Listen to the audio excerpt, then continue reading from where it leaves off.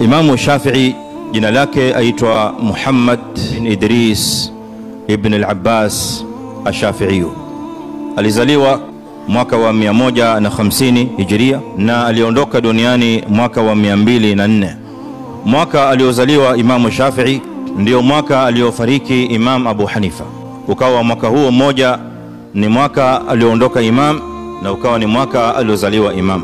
Imamu Shafi'i ni mwanachuoni aliyekusanya baina ya sharaf mbili kubwa sana. Sema Nawawi rahimahullah ta'ala, utukufu na sharaf ya Imamu Nawawi rahimahullah ta'ala katika nasaba ni kwa sababu nasaba yake inashikana moja kwa moja na nasaba ya Mtume Muhammad sallallahu alaihi wasallam.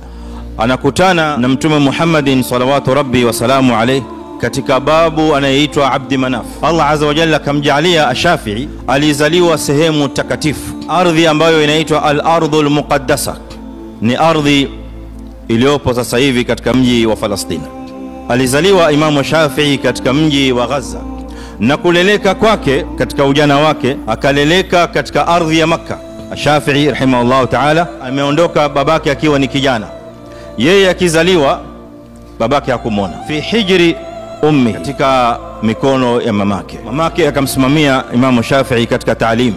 Mwalimu alipojua umaskini wa mama na hali ya udhaifu wa mamake ya Shafi'i akajitolea kumsomesha Shafi'i bure. Ikawa Imamu Shafi'i kwa sababu ametangulia mbele katika ilmu, yeye ndiye anayesimamia wale wanafunzi pindi mwalimu anapokuwa ameondoka.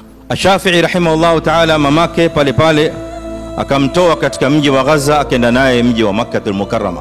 Imamu Shafi'i Allah azza wa jalla kamruzuku fahamu kubwa, kampa akili pana, yeye akiwa ni umri mdogo, lakini fahamu yake ilikuwa safi, mpaka mwalimu wake Imam Muslim Az-Zanji rahimahullah ta'ala akamtolea ruhusa Imamu Shafi'i kabla ya kufika miaka 20, akampa ruhusa ya kutoa fatwa. Imamu Shafi'i rahimahullah ta'ala katika walimu wa kwanza aliyokutana nao Madina ni Imam Malik.